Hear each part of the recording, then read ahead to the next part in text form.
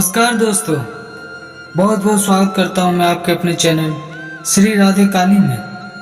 मैं मुकेश कुमार आज फिर से लेकर आया है रामायण से जुड़ी एक सच्ची सुंदर गाथा।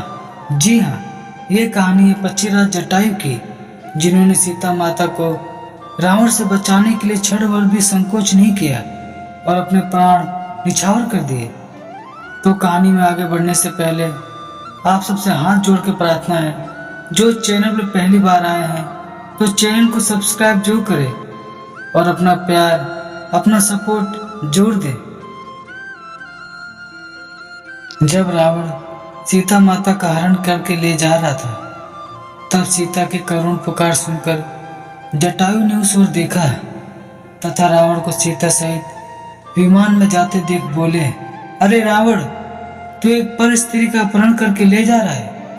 अरे लंकेश, यह महाप्रतापी श्री रामचंद्र जी की भार्या है। एक राजा होकर तू ऐसा निंदनीय कर्म कैसे कर रहा है? राजा का धर्म तो पर स्त्री की रक्षा करना है। तू कामना के वशीभूत होकर अपना विवेक खो बैठा है। छोड़ दे राम की पत्नी को। हे रावण, मेरे समझ से तू सीता माता को नहीं ले जा सकता। प्राण रहते तक मैं सीता माता की रक्षा करूंगा। ठहर, मैं अभी आता हूँ तुझसे युद्ध करने। जटायु के इन कठोर अपमानजनक शब्दों को सुनकर रावण उसकी ओर झपटा, जो सीता को मुक्त कराने के लिए विमान की ओर तेजी से बढ़ रहा था। विशालकाय दो पर्वतों की भांति वे एक दूसरे से टकराए।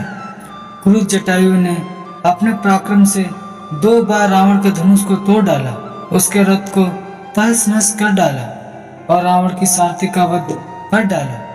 जटायु ने मार मार के रावण को घायल कर दिया। घायल होने के बाद भी रावण वृद्ध और दुर्बल जटायु से अधिक शक्तिशाली था। अवसर पाकर उसने जटायु की दोनों भुजाएं काट दी। पीड़ा से व्याकुल होकर मूर्छित हो वह पृथ्वी पर गिर पड़ा। जटायु को भूमि पर गिरते देख जानकी माँ हे राम, हे लक्ष्मण कहकर विलाप करने लगी। रावण ने सीता माता को पकड़कर उठा लिया और आकाश मार्ग से लंका की ओर उड़ने लगा। उस समय उन्नत भाल वाली, सुंदर कृष्ण केशव वाली, गौरना मृगनयनी जानकी का सुंदर मुख रावण की गोद में पड़ा ऐसे प्रतीत हो रहा था जैसे पूर्णमासी की चंद्रमा नीले बादलों को चीरकर चमक रही हो। सीता माता का क्रंदन सुनकर वन के सिंह, बाघ, मिर्ग आदि रावण से कुपित होकर उसके विमान के नीचे उसके पीछे पीछे दौड़ने लगे।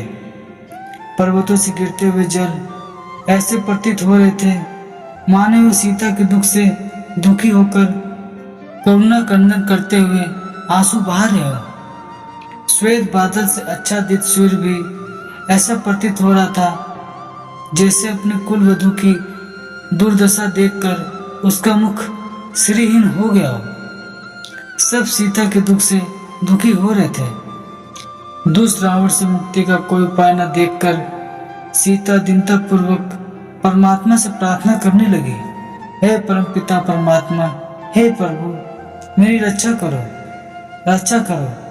हे ईश्वर शक्तिमान, इस समय मेरी रक्षा करने वाला तुम्हारे अतिरिक्त और कोई नहीं है। हे दया में मेरे सतीत्व की रक्षा करने वाले केवल तुम ही हो। इधर राम लक्ष्मण ने देखा कि एक वृद्ध पक्षी घायल अवस्था में पीड़ा से कराह रहा है। राम लक्ष्मण उसके पास गए और राम ने पूछा, तुम कौन हो और तुम्हारी यह अवस्था किसने की है? तब जटायु ने कहा, प्रभु, आप तो अंतर्यामी हो, आप तो सब जानते हो।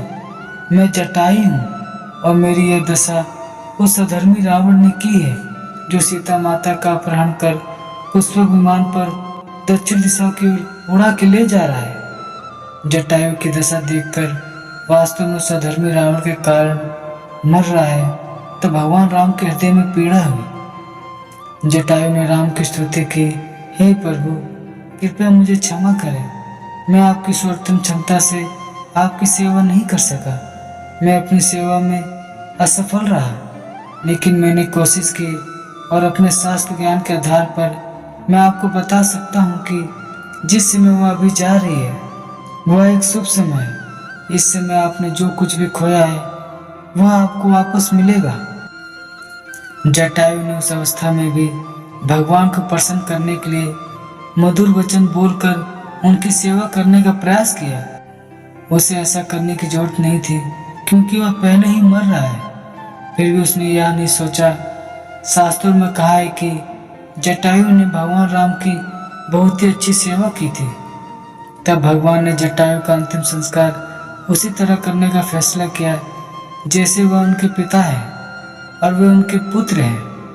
भगवान राम ने लक्ष्मण के साथ अंतिम संस्कार किया और जब जटायु के शरीर को जलाया जा रहा था, राम ने कहा, आज जटायु की हानि मेरे लिए सीता की हानि से भी अधिक दर्दनाक है। इस प्रकार भगवान कृष्ण, भगवान राम अपने भक्तों की सेवा को महत्व देते हैं और वह सेवा तत्पर भाव से की गई हो। जटायु एक जवान आदमी की तरह लड़े।